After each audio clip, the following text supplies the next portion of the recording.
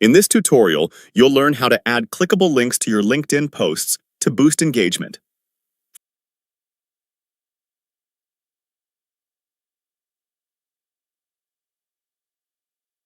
First, start a new post and type your title in the text field. Write a clear headline, as this sets the tone for your content.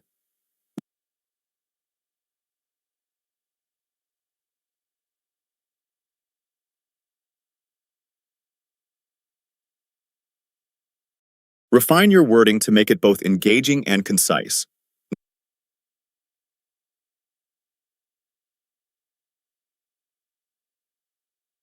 Next, open the Style dropdown to add formatting such as bold or italics. This helps important parts of your post stand out on the LinkedIn feed.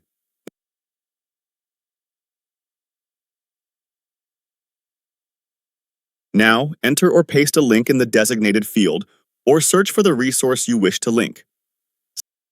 Select the correct item to make sure your link is accurate before moving forward. Paste the desired URL into the link field and double-check that it's both accurate and relevant to your post topic. You can also copy a URL from another source and close any unnecessary tabs to stay organized as you work.